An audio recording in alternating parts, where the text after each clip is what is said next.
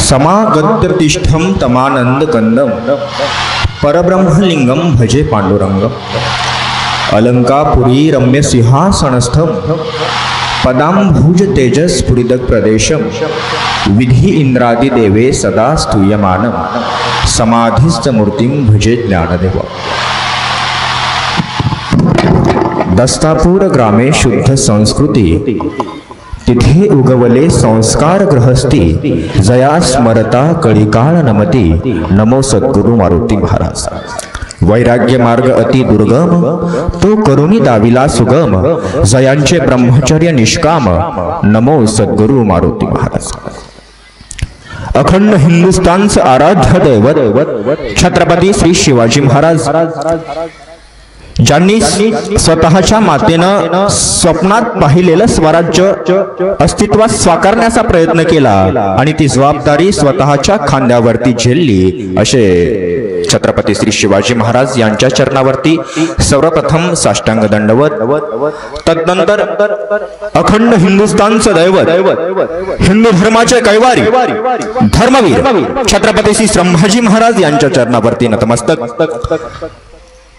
महामानव डॉक्टर बाबासाहेब आंबेडकर यांच्या चरणावरती नतमस्तक। वारकरी संप्रदायामधील सर्व साधू संतांच्या चरणावरती नतमस्तक आणि चिंच टाकळी येथे उपस्थित छत्रपती श्री शिवाजी महाराज यांच्या जयंतीनिमित्तानं माता भगिनींच्या चरणावरती देखील नतमस्तक आणि या सर्वांच्या चरणावरती मस्तक ठेवून आपल्या कार्यक्रमाची आपल्या शिवजयंतीची आपण सुरुवात करणार आहोत। खरं तर छत्रपती श्री शिवाजी महाराज यांची जयंती आणि संघर्ष याचं नातं जुनच आहे बघा। या वर्षीची छत्रपती श्री शिवाजी महाराज यांची जयंती अर्थात संघर्षाची जयंती आहे। एकीकडे मराठा समाजासाठी मनोजदादा जरांगे पाटील यांनी युद्ध छेडलेलं आहे आणि दुसरीकडे गावोगावी छत्रपती श्री शिवाजी महाराज यांच्या जयंत्या उत्साहात साजरा होत आहेत। याचं कारण असं आहे बघा, कारण मनोजदादा जरांगे पाटील यांनी छेडलेला संघर्ष त्याला बळ द्यायचा असेल तर गावोगावी छत्रपती श्री शिवाजी महाराज यांच्या जयंत्या अशा प्रकारे साजरे करणं फार गरजेचं आहे। त्यामुळं आजची ही संघर्षाची जयंती आहे। मी सुरुवातीला एक दोन मुद्दे क्लिअर करतो आणि नंतर माझ्या विषयाकडे वळतो। पहिला मुद्दा असा आहे की छत्रपती श्री शिवाजी महाराज यांची जयंती आपण गावामध्ये साजरी करतोय याचा अर्थ असा आहे की आपलं गाव वैचारिकतेच्या दिशेने जाते। दुसरा मुद्दा असा आहे की छत्रपती श्री शिवाजी महाराज यांच्या आयुष्यातील संघर्ष जाणून घ्यायचा असेल तर आपल्याला आजच्या काळामध्ये छत्रपती शिवाजी महाराजांच्या विचारांचा अवलंब करून चालणारा कोणी व्यक्ती शिल्लक आहे का हे पाहावं लागेल आणि तो जर असेल तर तो संघर्ष करतोय ना तर त्याला साथ देणं आपली गरज आहे। त्यामुळे मनोजदादा जरांगे पाटलांना साथ देणं ही काळाची गरज आहे। हे दोन गोष्टी लक्षात ठेवायच्या। तिसरा महत्त्वाचा मुद्दा मी इथं बोलतोय छत्रपती शिवाजी महाराजांविषयी बोलतोय तर बोलते वेळी नक्की मराठा आरक्षणाविषयी बोलेल, परंतु छत्रपती शिवाजी महाराज कुण्या एका जातीचे नव्हते, ते सर्व जाती धर्मांचे होते। त्यामुळे सर्व जातींच्या लोकांनी मंडपामध्ये येऊन बसणं तितकंच गरजेचं आणि गावासाठी महत्त्वाचं आहे। मराठा आरक्षण हा मुद्दा आपला आहेच। मराठा आरक्षणावरती आपल्या सर्वांना बोलायचंच आहे, मराठा आरक्षणावरती आपल्या सर्वांना लढायचंच आहे आणि मराठा आरक्षण आपल्या सर्वांना मिळवायचंच आहे। परंतु त्याचबरोबर छत्रपती श्री शिवाजी महाराज यांचे विचार प्रत्येक मनामध्ये रुजवणं हे देखील आपलं कर्तव्य आहे, हे देखील काळाची गरज आहे। मित्र हो, छत्रपती श्री शिवाजी महाराज जाणून घ्यायचे असतील तर शिवाजी महाराजांवरती प्रेम करावं लागेल आपल्याला। आपण आतापर्यंत गावामध्ये कित्येक कीर्तनकार आले, कित्येक व्याख्याते आले, माता मंडळी कधी विचार केला का आपल्याला आज काहीतरी नवीन ऐकायला मिळणार आहे? आजोबा कित्येक दिवसापासून कीर्तन ऐकत असाल तुम्ही, कधी विचार केला कडे आज गावात कुठला तरी व्याख्याता यायलाय, कुठला तरी वक्ता येतोय आणि आज आपल्याला काहीतरी नवं ऐकायला मिळणार आहे? तेच विनोद, त्याच कथा, त्याच गोष्टी, नवं काय? मग शिवाजी महाराजांच्या चरित्रामध्ये नवं काय ऐकायला भेटणार आहे आपल्याला? तर सर्वात महत्वाची बाब, काल मराठी भाषा दिन झाला मित्र आणि छत्रपती शिवाजी महाराज म्हणजे ज्या महाराजांचा आदर्श जगभरामध्ये घेतला जातो ते महाराज भाषा कुठली बोलायचे? मराठी भाषा बोलायचे, मराठी भाषा। आणि कधी कधी कल्पना येते बघा मनामध्ये आणि आनंद होतो की एवढा मोठा राजा ज्याचं संपूर्ण जगामध्ये कौतुक केलं जातं, ज्यांचा आदर्श मानला जातो, तो राजा मराठी भाषा बोलतो. आणि कधी कधी कल्पना येते की शिवाजी महाराज त्यांच्या पत्नीला म्हणजे सईबाईला कधीतरी म्हणत असेल की सई आज काय कर, मस्त छानपैकी ज्वारीची भाकर आणि पिठलं कर गड्या, आज पिठलं खावं वाटायले. शिवाजी महाराज म्हणत असतील कधी कधी त्यांच्या पत्नीला, त्यांना पिठलं भाकर खावं वाटत नसेल का, म्हणत असतील कधी कधी. मग इतकी गोड मराठी भाषा आपली आहे, तर मग आपण सर्वांनी सगळ्यात पहिलं काम असं केलं पाहिजे की मराठी भाषा बोलली पाहिजे, मराठी भाषा टिकवली पाहिजे. ते टिकवणं हे गावापासून सुरुवात झाल्याशिवाय शक्य नाहीये. त्यामुळे हा पहिला मुद्दा सर्वांनी लक्षात ठेवायचा आहे की आपल्या गरजेची आहे ती मराठी भाषा आहे. दुसरा मुद्दा असा आहे की शिवाजी महाराजांना जर समजून घ्यायचं असेल तर शिवाजी महाराजांवरती प्रेम करावं लागेल. बघा, प्रेम करावं लागेल. माता मंडळींना जसं मुलीवरती तुम्ही प्रेम करता तसं शिवविचारांवरती प्रेम आपल्याला करावं लागणार आहे. माता मंडळी जसं मुलीवरती प्रेम करतात, जसं मुलगी आईवरती प्रेम करते, अगदी त्याच प्रकारे आपल्याला छत्रपती शिवाजी महाराजांच्या विचारांवरती प्रेम करावं लागेल. आपण शिवाजी महाराजांच्या मूर्त्या स्थापन करून किती जरी गावभर नाचलो तरी शिवाजी महाराज समजणं अशक्य आहे. त्यांच्या विचारांवरती, त्यांच्या तत्वांवरती आपल्याला लक्ष देणं आणि त्या तत्वांवरती चालणं गरजेचं आहे.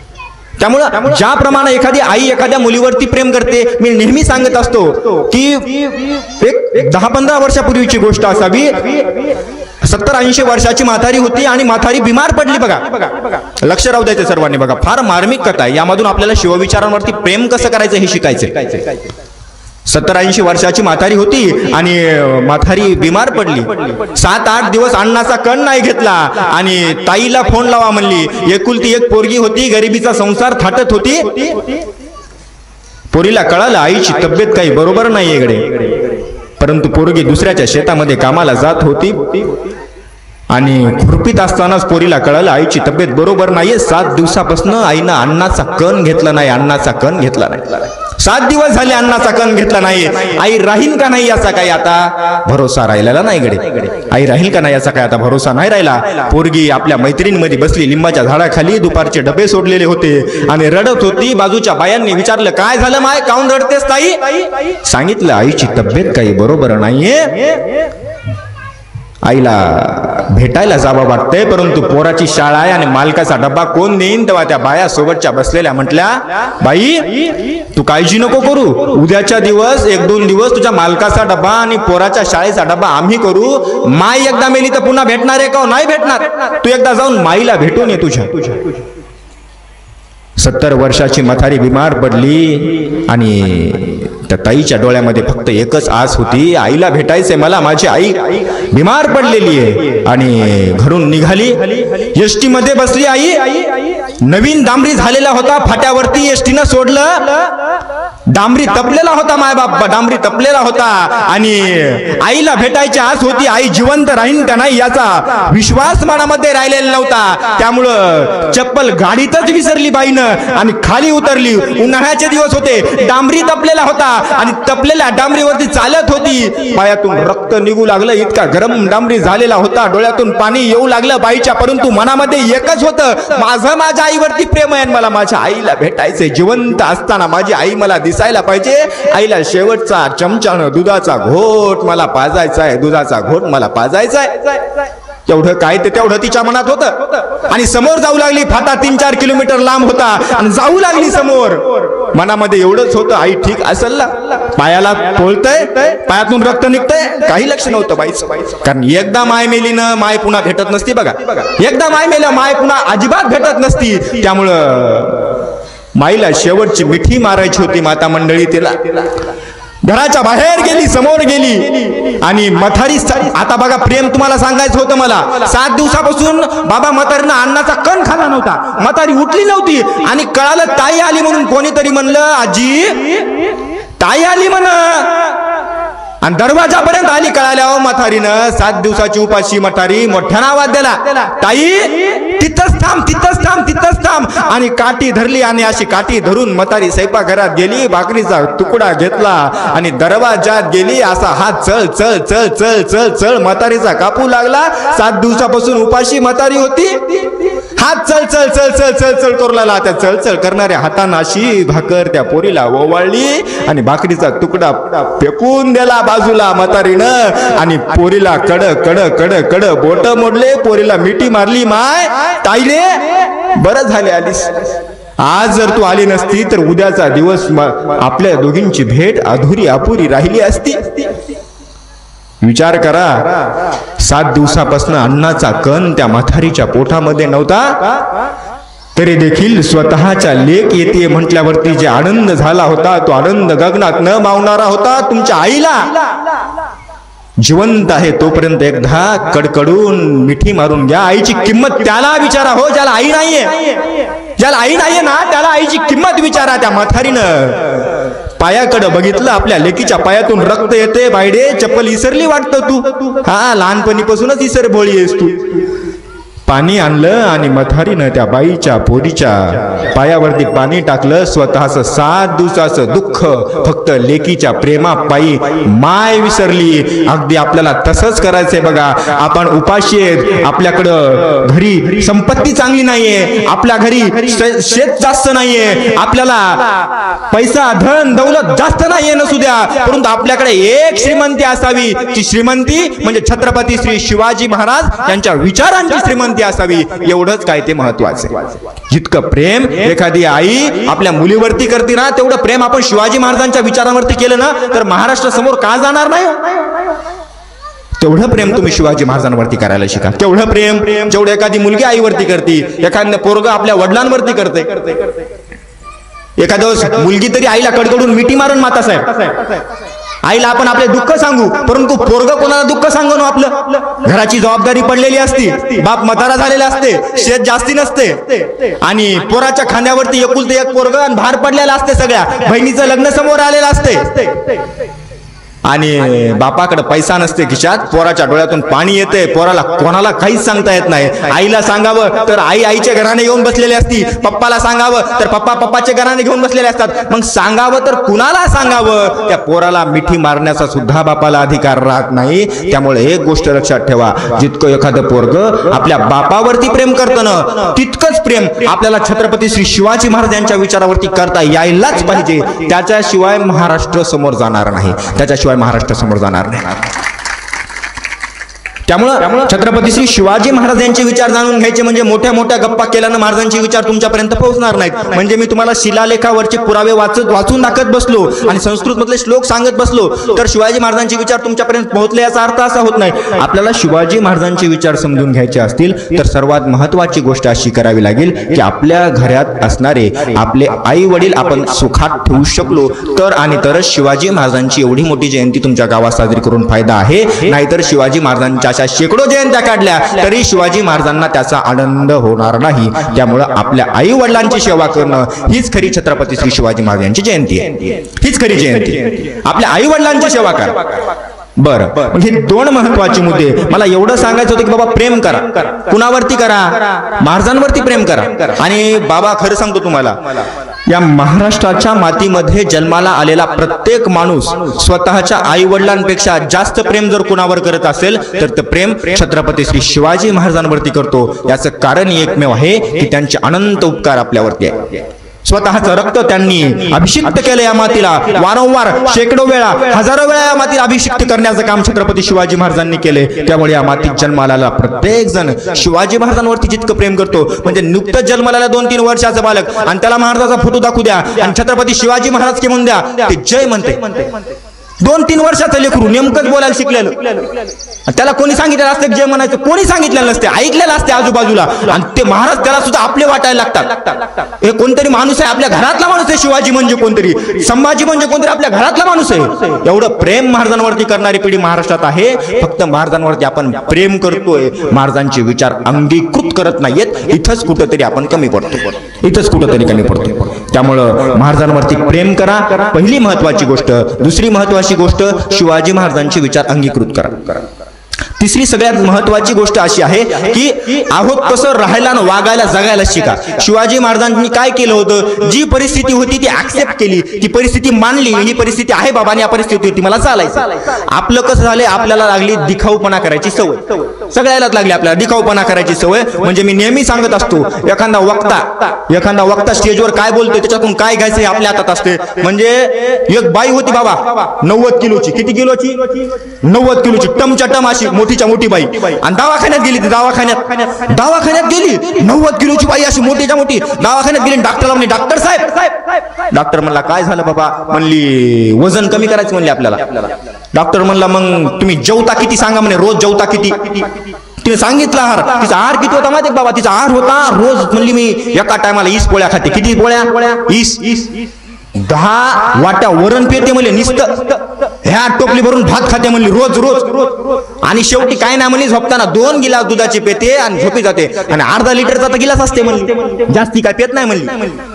आणि मला वजन कमी करा. डॉक्टर म्हणला, सोपं आहे म्हणला, सोपा इलाज सांगते म्हणला तुला.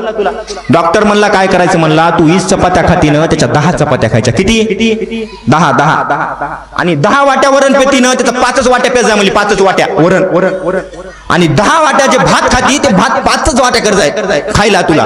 ती ऐकलं तिनं, ती गेली घरी पळत पर घरात गेली. परत वापिस आली. काय लक्षात आली की डॉक्टर कडे आली, मोठ्यानं आली. ती 90 किलोची बाई अशी टम चलू लागली.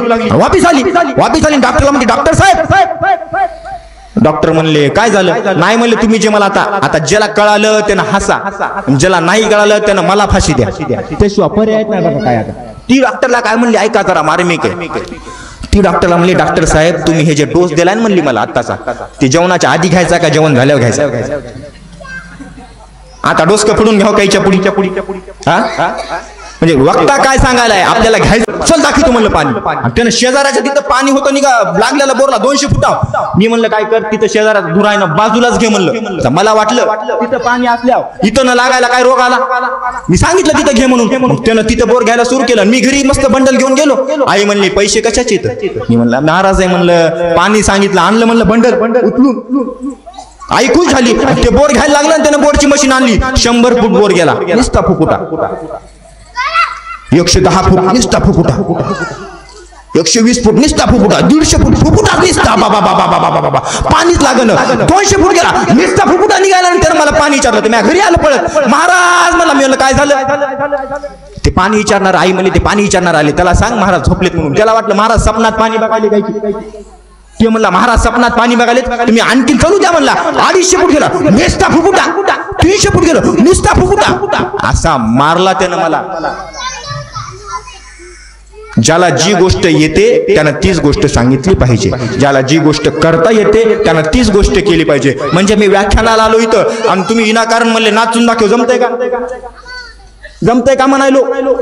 नाही जमत. म्हणजे एखादा डॉक्टर आला गावात लग्नाला आणि डॉक्टर आले, तुम्ही डॉक्टरला म्हणता का डॉक्टर साहेब आता आले तसं एखादं इंजेक्शन देऊन टाका हा ना, म्हणता का डॉक्टरला?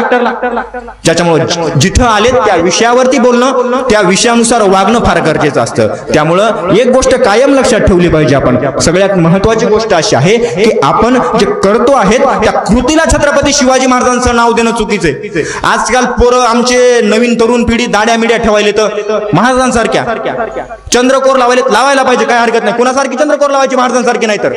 पण चंद्रकोर लावल्यावरती रस्त्यानं एखादी पोरगी जात असेल तर तिच्याकडे आई बहिणीच्या नजरेनंच बघायला पाहिजे की नाही?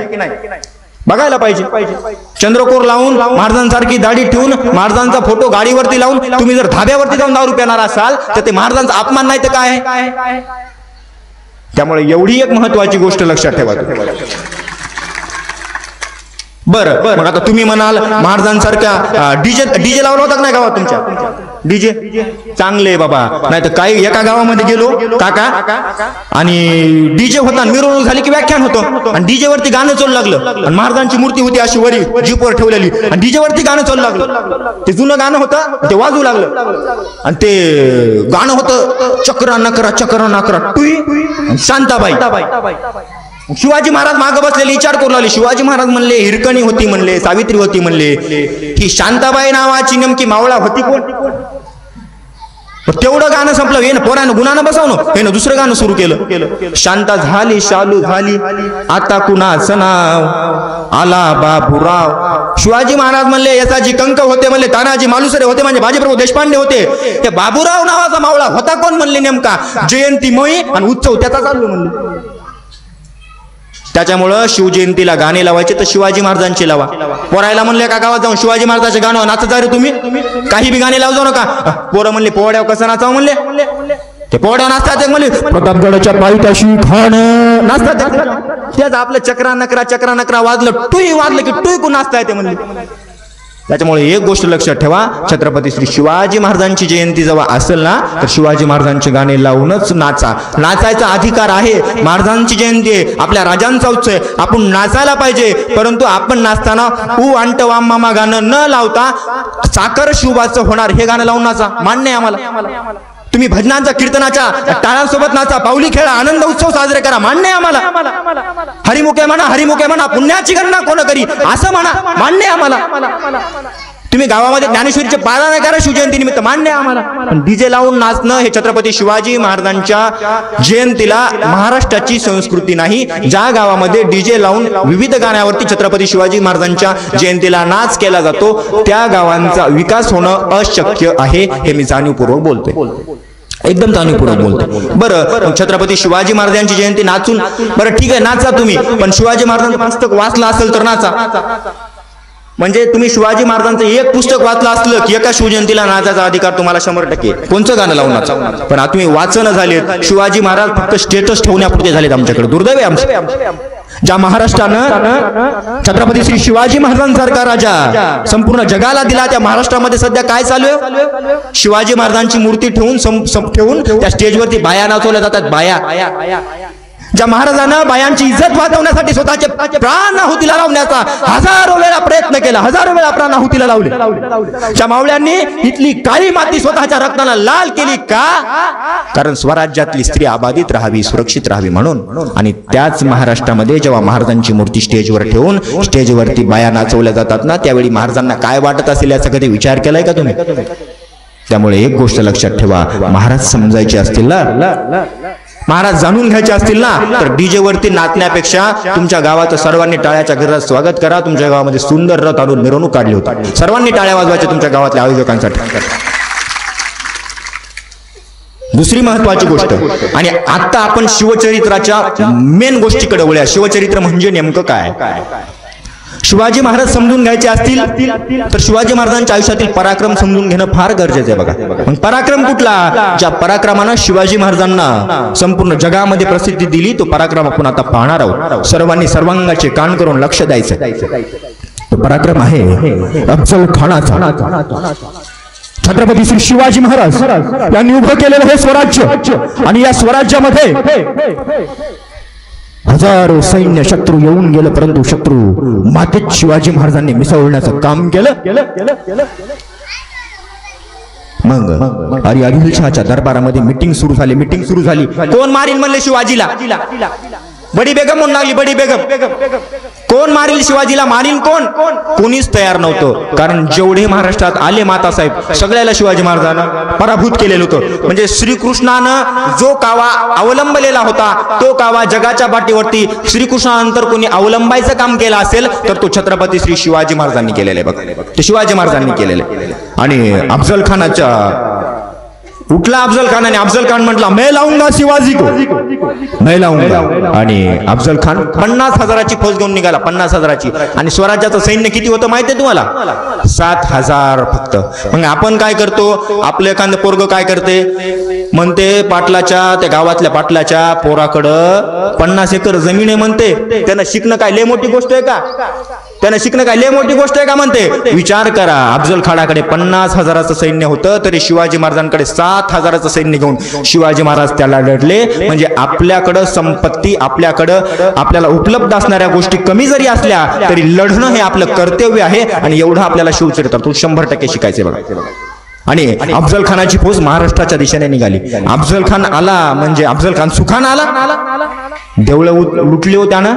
आपल्या देवा धर्माच्या मूर्त्या तोडून टाकल्या त्यानं. हातोडा सोबत होता त्याच्या, आणि तो हातोड्यानं काय करायचा? तो हातोड्यानं लाकडं फोडायचा, दगडं फोडायचा नाही, आपल्या मंदिरातल्या मूर्त्या फोडायचा, घरामधल्या माता मंडळींना वर पडून बाहेर आणायचा आणि त्यांच्यावरती अतिप्रसंग करायचा, त्यांची बलात्कार करायचा. अफजल खान महाराजांना समजलं अफजल खान येतोय 50,000ची फौज घेऊन 50,000ची फौज. अफजल खान महाराजांनी विचार केला असता बाबा 50,000ची फौज आहे, माघार घेऊ माघार. शिवाजी महाराजांनी माघार नाही घेतली. शिवाजी महाराजांनी प्लॅनिंग सुरू केली आणि अफजल खान मग फरमान पाठवू लागला. फरमान मग असंच एक फरमान गेलं कान्होजीराव जेदे नावाच्या एका शिवाजी महाराजांच्या सरदाराकडे. अफजल खान फरमान पाठवतोय त्या कान्होजी जेदेला की कान्होजी आमच्या सोबत सामील व्हा, नाही तर तुमच्या परिवारासोबत तुमची कत्तल करण्यात येईल. त्यावेळी कान्होजी जेदे आपला परिवार घेऊन रायगडावरती जातात महाराजांच्या चरणावरती आणि तिथे जाऊन महाराजांना म्हणतायत राज अफजल खानाचं फरमान आले, त्याच्यासोबत नाही मिळालो तर तो कत्तल करीन माझ्या परिवाराची. तेव्हा शिवाजी महाराज म्हणतात जावं मग, रयतेपेक्षा परिवार महत्वाचा असेल तर तुम्ही अफजल खानाला जाऊन 100% सामील व्हा. त्यावेळी कान्होजीराव जेदे यांनी सांगितलं राजे ज्या वतनामुळे मला अफजल खान बोलवतोय ते वतन मी आज तुमच्या पायावरती वाहतोय. एवढी निष्ठा महाराजांवरती कान्होजीरावांची होती आणि तेवढी निष्ठा आपले देखील राष्ट्रपती धर्मापती असायला पाहिजे. आणि मग भेट ठरलीये बघा अफजल खान शिवाजी महाराज या दोघांची. प्रतापगड महाराजांनी निवडलेला होता का अंतरवाली सराटी. आता बघा लक्ष राहू द्या, आपल्याला आता मुद्दे कनेक्ट करायचे थोडेसे. आता इथून महत्वाचे बघा, एकदम लक्ष राहू द्या. शिवाजी महाराजांनी अफजल खानाला प्रतापगडाच्या पायथ्याशी का बोलवलं याचं कारण असं होतं की प्रतापगडाच्या बाजूला कुवाय होतं, जावळीचं जंगल होतं. त्या जंगलांची माहिती कुणालाच नव्हती अफजल खानाच्या सैन्यातल्या. म्हणून शिवाजी महाराजांनी अफजल खानाला जावळीला बोलवलं. अगदी त्याचप्रमाणे आता मनोज दादा आपल्या अंतरवालीला बसलेले आहेत. अंतरवालीला बसलेल्या मनोज दादांचा मंडप हटवायचं काम चालू आहे सध्या. का चालू आहे सांग का? कारण त्या मंडपाच्या ठिकाणी प्रतापगड बघा, प्रतापगड. आता लक्ष राहू द्या, अंतरवाली सराटी हे मराठ्यांचं शौर्यपीठ आहे. याचं कारण असं आहे की प्रतापगड महाराजांनी निवडला होता. याचं कारण असं होतं की प्रतापगडाच्या बाजूला जावळीचं जंगल होतं आणि अंतरवाली सराटीच्या बाजूला मराठ्यांचं जंगल आहे. म्हणून अंतरवाली सराटी. उन्हाकारण ते काय मंडप का उचलून घ्यायला, महाराजांची मूर्ती उचलून घ्यायला काय येडे झालेत काय? त्याला माहिती आहे अंतरवाली सराटी इथून उपोषण उठलं की सगळ्या महाराष्ट्रातले उपोषण उठणार आहे. त्याच्यामुळं मराठा आरक्षणासाठी अंतरवाली सराठी नावाचा गड आहे आपल्याला. आणि तो गड आपल्याला शिवाजी महाराजांनी जसा प्रतापगड लढवलेला होता तसा आपल्याला एक किल्ला लढवायचा आहे. तो किल्ला कुठला असेल तर तो अंतरवाली सराठी नावाचा किल्ला आहे. बघा लक्षात घ्या, अफजल खान प्रतापगडाच्या पायथ्याशी आलेला आहे आणि अफजल खानाच्या भेटीसाठी शिवाजी महाराजांनी नक्षीदार शाम्यानं उभं केलेला आहे. बघा अफजल खान शिवाजी महाराज आमने साम.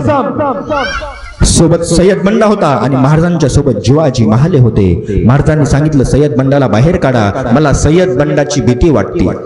खरं शिवाजी महाराजांना त्याची भीती होती का नव्हती? परंतु महाराजांनी त्याच्याकडे दांडपट्टा होता आणि आपला शत्रूकडे आपला जर कोणी गावातील एखादा शत्रू असेल आणि तो सामर्थ्यवान असेल ना तर त्याच्या सामर्थ्याची निंदा कधी करू नका. त्याचं कौतुक करा सामर्थ्याचं. त्याच्या सामर्थ्याकडे दुर्लक्ष करू नका. त्याच्या सामर्थ्याकडे दुर्लक्ष केलं की आपल्या पतनाला सुरुवात होते बघा. शत्रूच्या सामर्थ्याचं देखील जो कौतुक करतो त्यालाच यश मिळत असतं बघा. आणि शिवाजी महाराजांनी तेच केलं. अफजल खान शिवाजी महाराज समोरासमोर आहेत. प्रसंग बघा कसा आहे ते. अफजल खान शिवाजी महाराजांना म्हणतो, शिवाजी महाराजांकडे पाहतोय, दोन्ही अशी लांबवतोय आणि म्हणतोय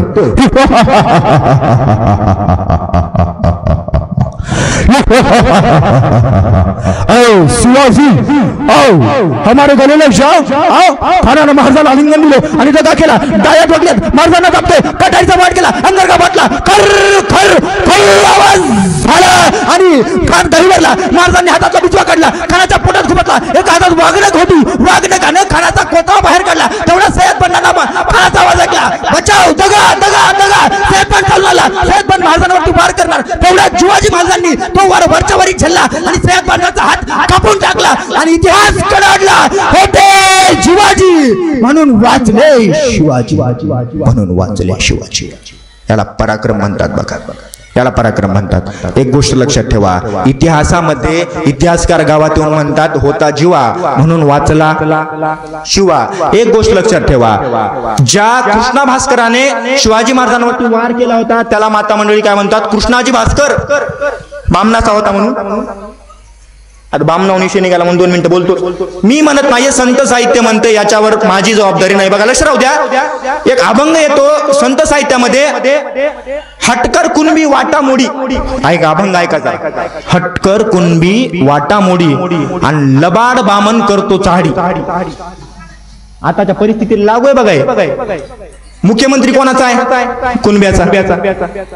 कुणब्याच्या मनात आहे हो आरक्षण द्यायचं, पण ते लबाडबा म्हणून तिथं बसलेला ते फुग्यावर कोट घालून ते येड ते चहाड्या करायचे. आणि ही चहाड्या करण्याची पद्धत जुन्या काळापासूनच आहे बघा. म्हणजे कृष्णाचे भास्कर कोणाकडून होता? अफजल खानाकडून होता. अगदी तसंच मराठा विरोधी अफजल खानाकडून जर कुठला कृष्णाची भास्कर या काळात असेल ना, तर तो म्हणजे आपल्या महाराष्ट्र राज्याचा गृहमंत्री देवेंद्र फडणवीस आहे. जाणीवपूर्वक सगळा महाराष्ट्र बघणार बघा हे विधानात, जाणीवपूर्वक बोलते. त्यामुळे मी म्हणत नाहीये, हे संत साहित्यामध्ये आलेल्या अभंगामध्ये लिहिलेलं आहे आणि त्या अभंगाचं विवेचन करणं हे माझं कर्तव्य आहे. त्यामुळे मी सांगतोय. बरं, मग आपण मागतोय काय? आपला हक्क तर मागतोय, दुसरं काय मागतोय? तुकोबारायांनी सांगितलेलं, तुकोबाराय देवाकडं तेव्हा उपोषणाला बसलेले बघा. तेव्हा 350 वर्षापूर्वी 400 वर्षापूर्वी तुकोबाराय काय सांगतात? मागता विभाग कोठे लपालजी मग. तुकोबाराय म्हणतात, मी म्हणत नाही. होईल धरणे करी मग मी रिगवणा दे बाहेर. काय परिस्थिती चालू आहे सध्या? तुकोबाराय म्हणतात, होईल धरणे करी मी, देवा आम्ही धरणं धरील तू जर मला माझ्या हक्काचा वाटा नाही दिला तर, आणि तुला घराच्या बाहेर निघू देणार नाही. मराठा समाजाला देखील यापुढे तेच करायचंय. आता या नेत्यांना एवढं सांगायचंय की आम्हाला आमच्या हक्काचा नेता वाटा द्या, आरक्षणाचा वाटा द्या. जर नाही दिला तर तुम्हाला तुमच्या घराच्या बाहेर मराठा समाज फिरकू देणार नाही, अजिबात फिरकू देणार नाही. ह्या दोन गोष्टी महत्वाच्या बघा, तेवढं लक्षात ठेवा. बरं, मग छत्रपती श्री शिवाजी महाराज समजून घ्यायचे असतील, मनोज दादा जरांगे पाटलांना शिवाजी महाराज समजून घेतले बघा. त्याला कळलं शिवाजी महाराजांनी जसं वागले होते, आपण तसं जर वागलो तर आपला पराभव निश्चित अनिश्चित आहे. आपल्याला कोणीच हरू शकत नाही जगामध्ये. कशामुळं? त्याला हे समजला ना शिवाजी महाराज. आपल्याला कधी समजणार आहे? कसा समजला? तुम्ही म्हणाला कसा समजला? तुम्हाला एक उदाहरण देतो बघा. मनोज जरांगे पाटील यांनी शिवचरित्र वाचलं म्हणून आज तेव्हा जे झालं होतं ते आता पण घडते. कसं सांगतो तुम्हाला, लक्ष राहू द्या. तुम्ही जुळतोय का नाही बघा, लक्ष राहू द्या. तसं सेम झाले का नाही बघा.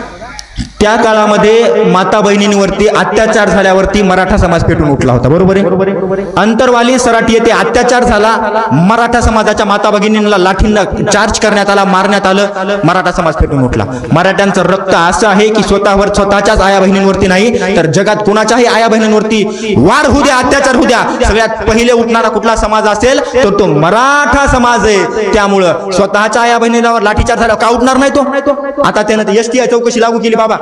तुम्हाला एसटीआय भानगड माहित नसेल, पण आपल्या मनोज दादावरती त्यांनी चौकशी लागू केली माता मंडळी सगळ्या त्या गृहमंत्र्यानं. एसटीआय चौकशी कुणाची व्हायला पाहिजे? एसटीआय चौकशी व्हायला पाहिजे अशोकराव चव्हाणाची, आदर्श घोटाळ्याबाबतीची. एसटीआय चौकशी व्हायला पाहिजे. अंतरवाली सराटी येथे जो लाठीचार्ज झाला ना, तो लाठीचार्ज का झाला, कसा करण्यात आला त्याबद्दलची एसटीआय चौकशी व्हायला पाहिजे. अजितदादांनी केलेल्या धरण घोटाळ्याची एसटीआय चौकशी करायची तर जी लोक भ्रष्ट आहेत त्यांची करा. एक फाटका माणूस स्वतःच्या समाजाच्या रक्षणासाठी, हक्कासाठी तिथं बसलेला आहे, तुम्ही त्याची एसटीआय चौकशी करता. याच्या इतकं मोठं दुर्दैव जगात नाहीये बघा कुठलं. परंतु एक गोष्ट लक्षात ठेवायची, आम्हा मराठ्यांचा नाद कुणी करायचा नाही. पहिली गोष्ट लक्षात ठेवा, मराठ्यांच्या नादाला कुणी लागायचं नाही. मराठ्यांच्या चुकूनही वाटेला जायचं नाही, कारण मराठ्यांचा इतिहास आहे, मराठा चुकूनही मुंगीच्या सुद्धा वाटेला जात नाही. परंतु मराठ्यांच्या वाटेला कुणी गेलं तर त्याच्या वाटेवरती जाऊन त्याची वाट लावल्याशिवाय मराठा समाज स्वतःच्या वाटेवरती परत येत नाही. हा मराठ्यांचा इतिहास आहे, हा मराठ्यांचा इतिहास आहे. त्यामुळे माझं सांगणं आहे की मराठ्यांच्या नादाला तेव्हाही कुणी लागलं नव्हतं आणि आताही कुणी लागू नका. कारण एक गोष्ट बघा, सोपी आहे बघा. मनोज दादा जरांगे साधा माणूस आहे, एकदम साधा माणूस आहे. त्या माणसाच्या घरावरती आज पण पत्र आहेत, आज पण. ज्या माणसाच्या माग करोडोचा मराठा समाज आहे, त्या आज ते अब्जोपती होऊ शकले असते, अब्जोपती. महाराष्ट्रातला सगळ्यात श्रीमंत मराठा म्हणलं तरी हरकत नाही, इतका श्रीमंत होऊ शकले असते. परंतु त्यांनी जाणलं की पैशाच्या श्रीमंतीपेक्षा समाजाची, जातीची श्रीमंती मोठी असते. त्याच्यामुळे त्या माणसाने 1 रुपयाही घेतला नाही, कारण तो माणूस इतिहास विसरला नाही. त्या काळामध्ये बघा मराठ्यांचा इतिहास आहे, औरंगजेबाने लिहून ठेवलेले. कैसे है ये कंजर्प मराठे, हे मराठे कभी किसी के सामने झुकते नहीं. वाक्य लक्षात राहू द्या, मार्मिक आहे बघा, मार्मिक आहे. ये मराठे कभी किसी के सामने झुकते नहीं, ये मराठे किसी के रोके रुकते नहीं. और कैसे कंजर्प है ये मराठे, किसी के बाप से बिकते नहीं म्हणतोय. मनोज दादा जरांगे पाटलाकडे थैल्या घेऊन गेले ते लोक, थैल्या पैशाच्या, पैसे राहू द्या म्हणून. मनोज दादा म्हणले याच्यातला रुपया बी नको म्हणले मला. पैसा रुपया सुद्धा नको मला पैसा नाही तर माझ्या समाजाचं आरक्षण पाहिजे. मनोज दादा तिथं आपल्यासाठी प्राणाची आहुती देत आहेत. आपण काय करतोय तो आपण शांततेत गावामध्ये घरी पंखा कूलर उन्हाचा लावून बसले. आपल्याला रस्त्यावर उतरावं लागणार आहे आपल्या भावासाठी. आणि गुणवत्ता आहे आपल्यामध्ये, परंतु काय चुकलं? आम्ही मराठा आहोत ही आमची चूक आहे. आणि आम्ही मराठा आहोत ही जर आमची चूक असेल तर आम्ही दिलेलं स्वातंत्र्य आम्हाला परत द्या. कारण एक गोष्ट लक्षात ठेवा, मराठ्यांना जर आरक्षण नाही दिलं तुम्ही असा विचार कराल की मराठ्यांचं उपोषण आंदोलन आम्ही उधळून लावू. एक गोष्ट लक्षात ठेवा, मराठ्यांचा इतिहास आहे. पानिपत येथे अब्दाली नावाचा एक राक्षस आलेला होता. अब्दाली अफजल खानासारखा होता बघा, एकदम बलाढ्य असा. आणि अब्दाली आलेला आहे पानिपत येथे दिल्लीला. आणि हिंदुस्थानवरती संकट आलेलं असताना महाराष्ट्रातील मराठ्यांना कळालं हिंदुस्थानवरती संकट आले. मराठी गेले इथून दिल्लीला. मराठ्यांनी दिल्लीला जावं, हजारोंची फौज घेऊन मराठे जात आहेत. आणि युद्धाच्या प्रसंगी गेले मातासाहेब आणि अन्नाचा कोटा संपला. सगळं अन्नच नव्हतं जवळ, सगळे धान्याचे कोठार रिकामे झाले आणि मराठीजवळ काहीच नाही आता. आणि मग मराठा समाजानं म्हणले का आता नाही काही नाही इकडे आपल्यापाशी आता माघार घेऊ म्हणले का? अजिबात नाही म्हणले. मराठा समाजानं काय केलं त्यावेळेला? एक गोष्ट लक्षात ठेवा, मराठा समाजाला तुम्ही आरक्षण पोलिसांची भीती दाखवून नोटिसा देऊन जर तुम्हाला वाटत असेल की मराठ्यांचं आरक्षण आंदोलन दबल्या जाईल तर मागचा इतिहास काढून बघा. पानिपत येथे मराठा समाजाला अब्दालीचं सैन्य होतं हजारोंचं, मराठा समाज होता समोर उभा. आणि मराठा समाजानं अन्न पाणी संपलेलं होतं मराठा समाजाचं. मराठा समाजानं झाडाची पानं खाल्ली, हाडाचे मणी केले आणि लाखोंची अंपालाची फौज स्वतःच्या अंगावरती घेतली. हर हर महादेवची गर्जना झाली आणि मराठ्यांच्या तलवारी चालू लागल्या. चार चार चार चार कापत होत्या. रक्तांचा हळमासांचा पाऊस पडलेला होता. आणि पानिपत येथे गनिमांच्या रक्ताचे सळे, पानिपतची काळी माती लाल झाली होती मराठ्यांच्या रक्ताने. आणि मराठ्यांनी बलिदान दिलं म्हणून हिंदुस्थान आजपर्यंत स्वातंत्र्य आहे. नाहीतर मराठा नसता तर हिंदुस्थानला आता पण स्वातंत्र्य मिळालं नसतं. जाणीवपूर्वक गोष्टी बोलतो बघा या, कारण मी तुमच्या टाळ्यांसाठी इथं बोलायला आलेला वक्ताच नाही. पहिली गोष्ट एवढी गोष्ट लक्षात ठेवा, काहीतरी चार ओळी तयार करून यमक जुळण्याला टाळ्या वाजून घेणारा वक्ता मी नाहीये. तशा अपेक्षा माझ्याकडनं ठेवू नका. मी वास्तव बोलणारा, अभ्यास करून बोलणारा आणि प्रसंगानुरूप आणि परिस्थितीनुरूप बोलणारा व्यक्ती आहे. आणि मी व्याख्यान करतो याचं कारण एकमेव आहे की मी छत्रपती शिवाजी महाराजांवरती प्रचंड प्रेम करतो आणि त्यांच्यावरती असलेल्या प्रेमापोटी मी भाषण करायला उभा आहे. नाहीतर मी स्वतः एक लेखक आहे, एक स्वतः कविताकार आहे. मी कविता लिहितो, लेखन करतो. पण तो शिवाजी महाराजांचे विचार गावोगावी पोहोचवणं फार गरजेचं. बरं, शिवाजी महाराजांचे विचार पोहोचायचे म्हणजे नेमकं काय करावं लागेल बरं आम्हाला? आणखी लक्षात सगळ्यांनी लक्षात द्या बघा, खूप सोप्या गोष्टी आहेत बघा. एकदा काय झालं बघा, तुम्ही जरा बोर झालेले दिसायले, बोर होऊ नका तुम्ही. 7 महिन्यापासून ते तिथं उपोषण करायला ते म्हणला का मी बोर झालो. नाही माता मंडळी तुम्ही ऐकलं का? म्हणून दादा जरांगे कधी माईकवर म्हणले ले बोर व्हायले आता म्हणले का? कधी नाही म्हणले. समाजासाठी, स्वतःच्या जातीसाठी, शिवाजी महाराजांच्या विचारांसाठी झगडतोय तो माणूस तिथे. त्यामुळे आपण पण मस्त फ्रेश होऊन बसा बघा. युट्यूबला पडणारे बघ तुम्ही असं आळस देणार मस्तपैकी, मग ते लोक बघणार बाई तुम्हाला काय करायचं. काय म्हणतात चिंच टाकलीचे लोक आळसेल आहेत बाबा बाबा बाबा बाबा बाबा लय आळसेल. मस्त बसा बघा फ्रेश सगळं आहे ना. मला दादा एकदा फिरव याच्याकडे कॅमेरा आता. हे मस्त फ्रेश बसा, असं मस्त टेन्शन घेऊ नका काय, नाही तर टेन्शन असतो मस्त असं. बाहेरचं वेगळं टेन्शन, आज कोणची साडी नेसली याचे टेन्शन वेगळे, माणसाचे टेन्शन वेगळे. तिकडं ढोराला पाणी पाजलं का नाही, इथं बसल्या ढोराचा काय विचार करायला. इथंच बसल्या जर तुला अटॅक आला गेला. त्याच्यामुळे पुढचा लय भविष्याचा विचार करत बसू नका. आहे त्या परिस्थितीत आनंदानं जगायला शिका. आपण आनंद विसरलो. तो जगद्गुरु तुकोबारायांच्या काळामध्ये आनंद कसला होता? तुकोबारायांनी अशा विना गळ्यामध्ये ठेवावा, हातात चिपळ्या घ्यायच्या आणि इंद्रायणच्या काठावर जायचं आणि विठ्ठलाचा जयघोष करायचा. किती प्रेम होतं, किती आनंद होता तो.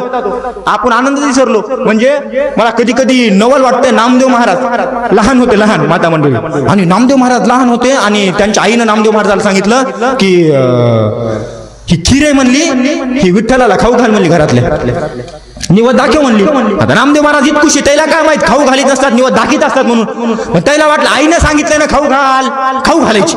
मग अशी खिरीची वाटी हातामध्ये घेतली, अशी खिरीची वाटी, आणि विठ्ठलाच्या समोर नामदेव महाराज अशी उभे राहील बघा, अशी मस्त उभे राहील अशी. आणि अशी इतकुशी नामदेव महाराज माझ्यासारखे इतकुशी होते, पण ते जरा गाल गुबू गुबू होते त्याचे. मग काय निस्तीच बॉडी नाही, दाढी नाही, काहीच नाही, निस्तीच काढी झाली माईक वाणी. माईक मध्ये म्यामध्ये काहीच फरक नाही बघा, सारखे दोघं जण. आणि मग असे आमचे नामदेव महाराज असे. आनंद कसा असते बघा, आनंद परमार्थात हो, आनंद बघा कसा आहे ते. आणि नामदेव महाराज असे उभे आहेत बघा माता म्हणजे छान असे मस्तपैकी मस्त गुबगुबीत गालं नामदेव महाराजचे. आणि नामदेव महाराज असे उभे आहेत, आणि नामदेव महाराजांना अशी हातात खिरीची वाटी घेतली, खिरीची खीर.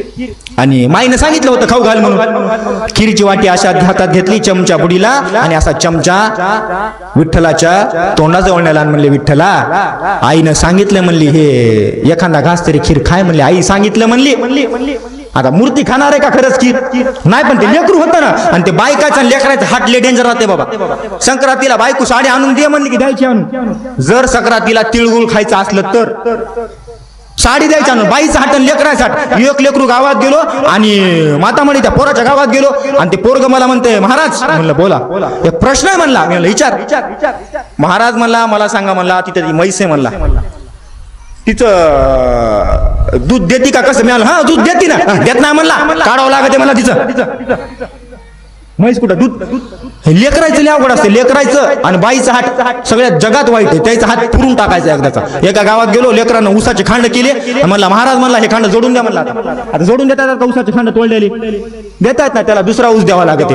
मग तसंच नामदेव महाराज अशी उभे आहेत बघा. प्रेम बघा किती संप्रदायामध्ये. अशी खिरीची वाटी हातामध्ये, आणि विठ्ठलाच्या असं जवळ नाही येतं. विठ्ठला अरे एवढा घास घेणार आहे? विठ्ठल नाही म्हणलं. मूर्ती काय करणार आहे? पण बाल पण होतं. नामदेव महाराजांनी सांगितलं विठ्ठल काही खीर खात नाही. नामदेव महाराजाच्या डोळ्यामध्ये खळा खळा खळा पाणी आलं. नामदेव महाराजांना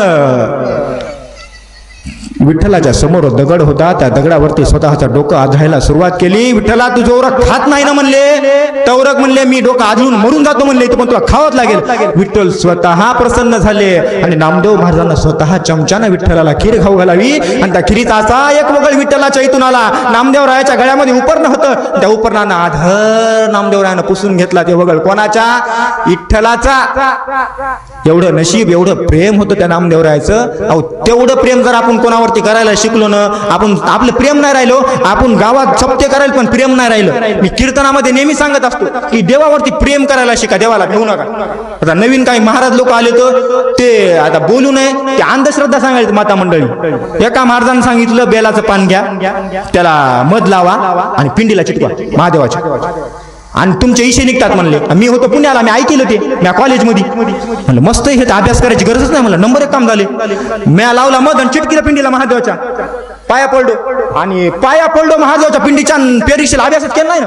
3 विषय बॅक आहेत बघा, 5 पैकी 3, आणि अपास आहे 3 विषयात मॅथ्स. काऊन? ते चिटकीला म्हणून. एक गोष्ट लक्षात ठेवा, तुम्हाला टीव्ही वरती कोणचा बाबा काय सांगते त्याचं काय ऐकू नका. जगद्गुरु तुकोबा यांनी आपल्याला जे सांगितलेलं आहे की अंधश्रद्धा मानू नका. अंधश्रद्धा मानलेनं काही होत नसते.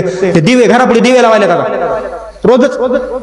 मी आजीच्या इथं गेलो, आजीने दिवे लावले. मी म्हणलं आता काहीच नाही म्हणलं, दिवे कशा लावलीस म्हणलं, तेल जास्ती झाले म्हणलं तुला? नाही म्हणली, ते महाराजांनी सांगितले म्हणलं दिवे लावणं चुकीचं नाहीये, परंतु मनात देवाची भीती घेऊन दिवे लावणं चुकीचं. तुमच्या मनात भेव झाले, आता असं नाही केलं तर असं होईल. म्हणजे आपल्या तुकोबारांची किती अभंग आहेत अशी. तुकोबाराने किती वेळा सांगितलं की अंधश्रद्धा मानू नका.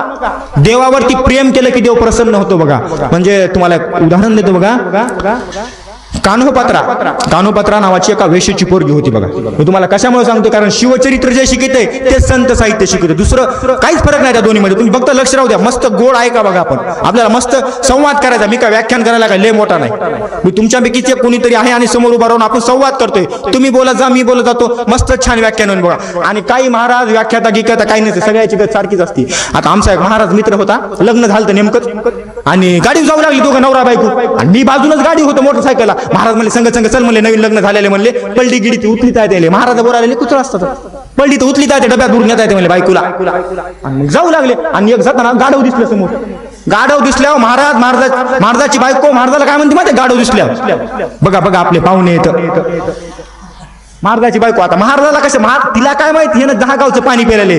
ते म्हणते नमस्कार सासरे बा, तुमचं दर्शन घेतो. गाढवाला त्याच्यामुळे एक गोष्ट लक्षात ठेवायची आपल्याला कसं झाले माहिती का, आपण प्रेम विसरलो, आपण आनंद घ्यायचा विसरून गेलो बघा. आपला आनंद, आता बायला टेन्शन इतकं असते बाबा बाबा, घरी गेलं की टेन्शन सुरू होतात. पोरीचं लग्नच आहे, पोराचं शिक्षणच आहे, शेतीतच काय होईल, बाजूच्या पोराला मार्क जास्ती पडेल, मया बाब्याला कमीच पडले. आणि तू भागवतात आली, तू कीर्तनात आली, तुला तिकडं काय करायचं संसाराचं. ज्यावेळी तुम्ही ज्ञान मंडपामध्ये येता त्यावेळी तुम्ही संसार सोडून द्या, त्यागून द्या, बाजूला सोडून द्या, एकदम आनंद घ्यायला शिका. आता आमच्या पोरायचं बी अवघड झालं बाबा, इतका शिक्षणाचा लोड आहे आमच्या मागं, आम्हाला चष्मे लागले त्याचे, आता दिसना झाले वाचू वाचू, इतका लोड झालाय. त्याच्यामुळे सगळेजण जगायचं विसरून गेलेत बघा, जगणं राहिलंच नाही, कुणी जगतच नाही आजकाल. त्यामुळे जगायला शिका, सगळ्यात महत्वाचं आहे. त्या परिस्थितीमध्ये आनंदानं वागायला शिका. जुन्या काळामध्ये छान होतं बघा, एखादा गावात पाहुणा आला की त्याला पहिल्या घरीच पाणी द्यायचे पाय धुवायला, पहिल्या घरीच गावातला कोणाचा पाहुणा असू दे त्याला पाणी द्यायचे, पाय धुवायला, पुन्हा प्यायला पाणी द्यायचे. आजकाल गावात पाहुणे येऊन चालेत, मेळ लागन काऊन. मी एका बाईला विचारलं, मला आजी काऊन, ती म्हणली सोयरिकीचे होते, गावातले भावकीतले लेख कुचट आहेत म्हणली, मोडीता सोयरी. काळ बदललाय हो. त्यामुळे एखाद्या गावातली एखाद्या पोराची सोयरीक होत असली तर होऊ द्या, विनाकारण मध्ये गाड्या करू नका त्याच्या. हे बोलणं फार गरजेचं आहे, फार महत्वाचं आहे.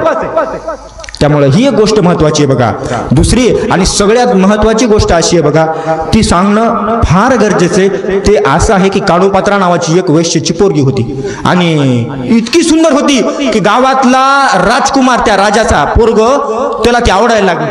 माईनं सांगितलं, मी वैश्याचा धंदा करते, माझ्या पोरीनं तरी असं करू नये म्हणून तिला काढून दिलं.